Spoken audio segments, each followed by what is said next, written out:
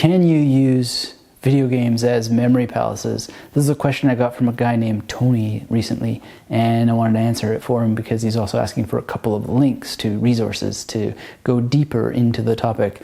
This is Anthony, by the way, from magneticmemorymethod.com. This is the channel where you can learn how to memorize anything quickly, easily, painlessly, elegantly, and all you got to do to get more information like this is subscribe. And I would highly recommend that you come over to magneticmemorymethod.com and subscribe to the free video course that I have for you there. And you also get updates of the Magnetic Memory Method podcast, some of which you can already start listening to in the links below in order to educate yourself about what I would place under the general rubric of virtual memory palaces. So it doesn't have to be a video game in order to be virtual. It could just be any memory palace that you make up that doesn't exist. Now, as Tony points out in his email question, which is very erudite and shows that he's already put a lot of thought and possibly a lot of time into using memory techniques already, you are always, I think, theoretically, and I'm sure that your own experience will prove this to yourself, you're always going to be at a greater advantage to use a memory palace based on a real location, someplace that you've actually been, that you've seen with your own eyes,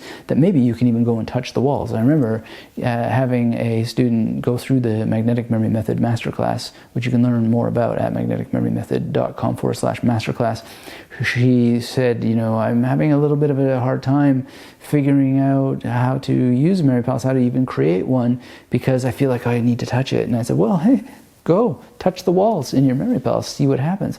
And then boom, just clicked, and it was just such a much more real thing for her. Now, that you're not necessarily going to be able to go and fly all around the world to all your high schools and universities and doctors' offices and all that kind of stuff in order to touch these memory palaces, but in general, the real is always going to be much more powerful. You can't really touch a video game, although you do have this tactile element, I guess, assuming the video game has a controller or a tap screen or whatever, but the kinesthetic possibilities are not really there. Not just kinesthetic in terms of touch, but also breathing, right? Like the air in a place that you've been is so critical. The temperature, the colors, and so forth. That might sound like making too much out of it, but when you're building memory palaces, think about those things. Think about these elements of, whoa, okay, so I've been to this place. What was the air like? What were the walls like? What does the carpet feel like underneath my toes when I wasn't wearing socks? You know, this can make it so much more real for you. That said, if you're going to use virtual memory palaces like a video game, okay, I'm not a video game guy, so I don't have like any references, but if you're in one of these games where it's a first-person shooter or a first-person sworder or whatever, you got a sword and you're walking around, you could imagine, what do my boots feel like when I'm walking around this area, and you know, what's the heft of this sword or this gun or whatever the case may be. That can make it more real for you, and you could use it as a memory palace. But at the end of the day, I don't know. I mean, some people do use video games very, very well as memory palaces, and you should just look it up online, video game as memory palace. There are people who have made YouTube videos about it that show it. I haven't talked to anybody yet. I've gotten in touch with a few, or I've tried to get in touch with a few people, but I don't get answers from them, so maybe they're not interested in being guests on the Magnetic Memory Method podcast. I don't know. Lots of people have been interested in being guests, and they have been. There's over 125 episodes over there. You know, it's a virtual online memory university if you're interested. So check that out at magneticmemorymethod.com.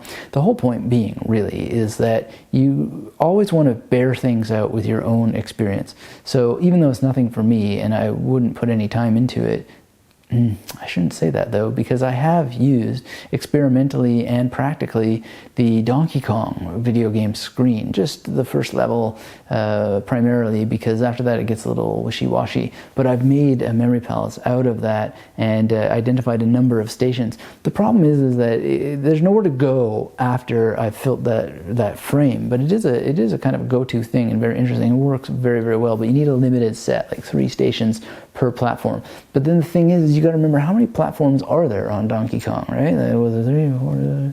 The more you have to remember the details about a memory palace, the more mental energy that you're spending on the memory palace recreation in your mind. You want a memory palace to just be bang, bang, bang, couch, table, chair, sofa, whatever, elements, bookshelf, just bang, bang, bang. You don't even want to have to see it in your mind. A lot of people think you have to see memory palaces. You don't. You can feel them spatially. You know, you can reach out and touch a wall. in your mind and think of where that corner is in relation to another corner in the kitchen. And the more you stop thinking about memory palaces as a visual apparatus, but more as a spatial apparatus, an actual touch place, the faster you'll get. And you might want to think about stars in a constellation, right? Think about the Big Dipper. You don't have to see the Big Dipper in your mind to know that it's, we think of it as kind of like a spoon, right?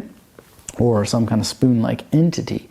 You don't have to see it in your mind. It's just this kind of shape.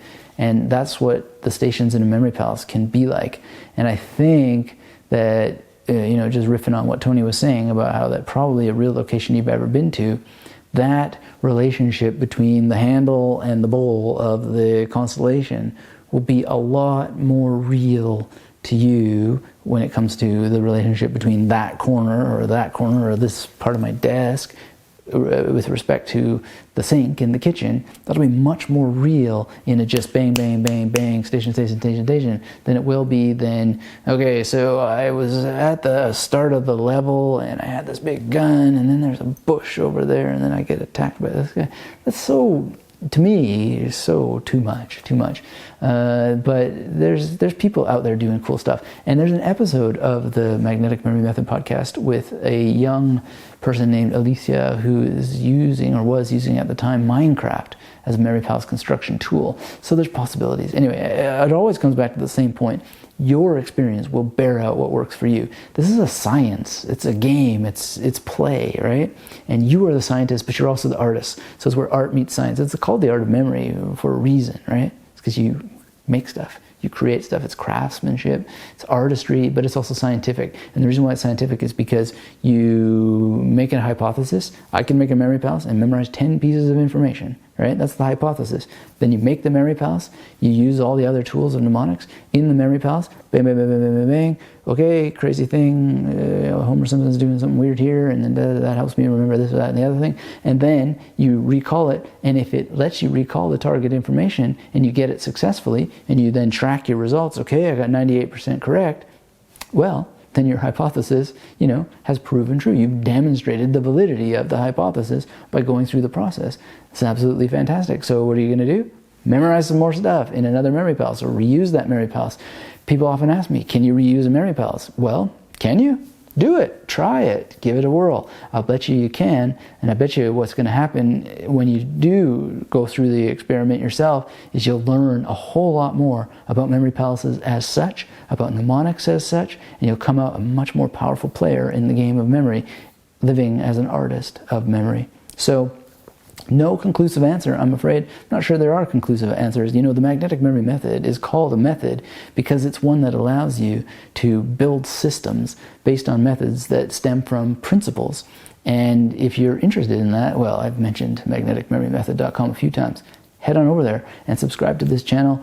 Look at the links that you can see below and listen to them. You can download those podcasts, MP3s, to your desktop and give them a whirl, boom, boom, boom, boom, and actually take action on what you hear, because that's how you're going to get results. That's how you're going to convince yourself that memory techniques work. If you're sitting on the fence, there's only one way to have a chemical change that will convince you that these techniques work, and that's to actually use them.